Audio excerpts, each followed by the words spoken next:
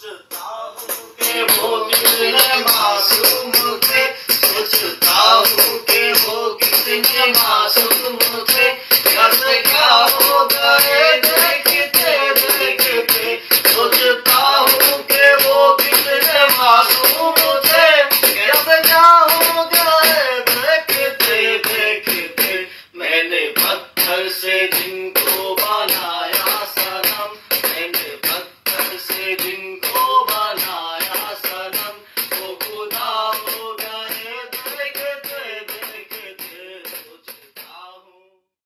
আসিফ মাহমুদ সজীব ভুঁইয়া একজন বাংলাদেশি ছাত্রকর্মী যিনি 2024 সালের বাংলাদেশের অন্তর্বর্তী সরকারের একজন উপদেষ্টা। তিনি বৈষম্য বিরোধী ছাত্র আন্দোলনের একজন প্রধান সমন্বয়কারী, যেটি 2024 সালের বাংলাদেশ কোটা সংস্কার এবং অসহযোগ আন্দোলনের নেতৃত্ব দিয়েছিল, যার পরিণতি প্রধানমন্ত্রী শেখ হাসিনার পদত্যাগের মাধ্যমে। আসিফ মাহমুদ 11 আগস্ট 1998 সালে বাংলাদেশের চট্টগ্রাম বিভাগের কুমিল্লা জেলার মুরাদনগরের আকুবপুর থানায় মোহাম্মদ বিল্লাল হোসেন এবং রোকসানা বেগমের ঘরে জন্মগ্রহণ করেন। মাহমুদ ঢাকার নাখালপাড়া হোসেন আলী উচ্চ বিদ্যালয়ে অধ্যয়ন করেন এবং সেখানেই মাধ্যমিক শিক্ষা সম্পন্ন করেন। পরে তিনি আদমজী ক্যান্টনমেন্ট কলেজে অধ্যয়ন করেন, সেখানে তিনি কলেজের বিএনসিসি ক্লাবের প্লাটুন সার্জেন্ট হিসেবে দায়িত্ব পালন করেন। কলেজ থেকে উচ্চ মাধ্যমিক শেষ করে বর্তমানে ঢাকা বিশ্ববিদ্যালয়ে অধ্যয়নরত। তিনি ঢাকা বিশ্ববিদ্যালয়ের ভাষাবিজ্ঞান বিভাগের 2017 থেকে 18 শিক্ষাবর্ষের ছাত্র। ছাত্র আন্দোলনের অন্যতম সমন্বয়ক তিনি। বৈষম্য বিরোধী ছাত্র আন্দোলন সরকারি চাকরিতে কোটার বিরোধিতা করে যা হাসিনাকে ক্ষমতা থেকে অপসারণের প্রচারণে পরিণত হয়েছিল। তিনি নাহিদ ইসলাম এবং অন্যান্যদের সাথে 2024 সালের জুলাইয়ের মাঝামাঝি সময়ে জাতীয় স্বীকৃতি লাভ করে, যখন বিক্ষোভ সহিংস হয়ে উঠলে তাকে এবং ঢাকা বিশ্ববিদ্যালয়ের আরও কয়েকজন ছাত্রকে পুলিশ আটক করে।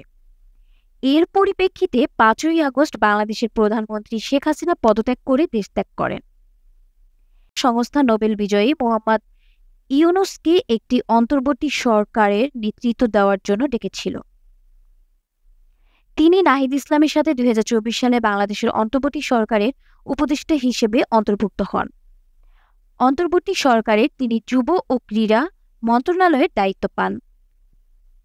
আন্দোলনের নেতৃত্ব দিতে সাহায্য করে সেটি এমন একটি ব্যবস্থাকে চ্যালেঞ্জ করে যেখানে বাংলাদেশের প্রথম ও দ্বিতীয় শ্রেণীর সরকারি চাকরির 56% কোটার মাধ্যমে বরাদ্দ করা হয়।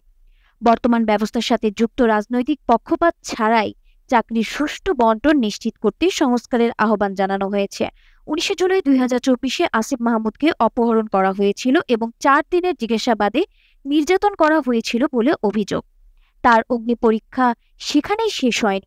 26শে জুলাই ঢাকা মহানগর পুলিশের গোয়েন্দা শাখা সহ বিভিন্ন গোয়েন্দা সংস্থার লোক বলে দাবি করে তাকে ধানমন্ডির গণস্বাস্থ্য নগর হাসপাতাল থেকে নিয়ে যায়।